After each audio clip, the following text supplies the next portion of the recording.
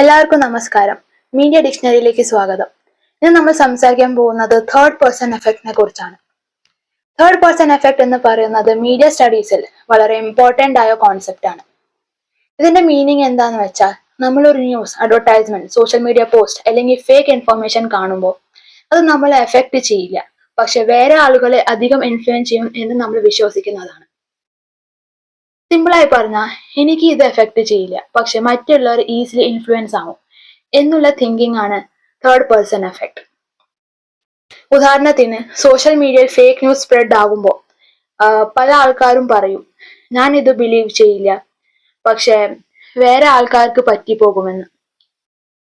അതുപോലെ അഡ്വർടൈസ്മെന്റ്സ് കാണുമ്പോൾ നമ്മൾ ചിന്തിക്കും, എനിക്ക് ഈ ആഡ് കൊണ്ട് ഇൻഫ്ലുവൻസ് ഒന്നുമില്ല, പക്ഷെ മറ്റുള്ളവർ പ്രൊഡക്റ്റ് വാങ്ങും അല്ലെങ്കിൽ ഇൻഫ്ലുവൻസ് ആവും എന്ന് നമ്മൾ വിചാരിക്കും. ഇത് തന്നെയാണ് തേർഡ് പേഴ്സൺ എഫക്റ്റ്. ഈ കോൺസെപ്റ്റ് 1983 ഫിലിപ്സ് ഡേവിസൺ ഇൻട്രൊഡ്യൂസ് ചെയ്തതാണ്. അവർ പറഞ്ഞത്, മീഡിയ മെസ്സേജസ് നമ്മളെക്കാൾ കൂടുതൽ വേറെ ആളുകളെ ഇൻഫ്ലുവൻസ് ചെയ്യും എന്ന് മനുഷ്യർ യൂഷ്വലി ബിലീവ് ചെയ്യുമെന്നാണ്. ഇന്നത്തെ സോഷ്യൽ മീഡിയ ടൈമിൽ ഈ എഫക്റ്റ് വളരെ കോമൺ ആണ്.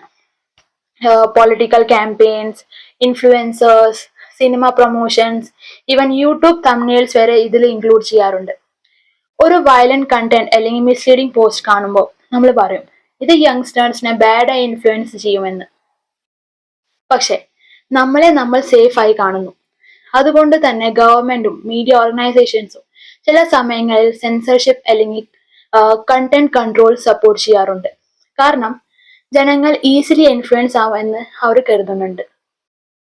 തേർഡ് പേഴ്സൺ എഫക്റ്റ് നമ്മൾ ഒരു ഇമ്പോർട്ടൻറ്റ് കാര്യമാണ് മനസ്സിലാക്കിപ്പിക്കുന്നത്. മീഡിയ ഇൻഫ്ലുവൻസ് നമ്മൾ കരുതുന്നേക്കാളും കോംപ്ലെക്സ് ആണ്. നമ്മൾ സ്വയം സ്മാർട്ടാണ് എന്ന് തോന്നിക്കുമ്പോൾ മീഡിയ എല്ലാവരും ഒരു രീതിയിൽ ഇൻഫ്ലുവൻസ് ചെയ്യാറുണ്ട്. അതുകൊണ്ട് മീഡിയ കണ്ടന്റ് ക്രിട്ടിക്കലി അനലൈസ് ചെയ്യുക, ഫാക്ട് ചെക്ക് ചെയ്യുക, റെസ്പോൺസിബിൾ ആയി യൂസ് ചെയ്യുക എന്നത് വളരെ ഇമ്പോർട്ടൻ്റ് ആണ്. ഇതിനെക്കുറിച്ച് നിങ്ങളുടെ അഭിപ്രായം എന്താണെന്ന് തീർച്ചയായും അറിയിക്കുക. നന്ദി, നമസ്കാരം.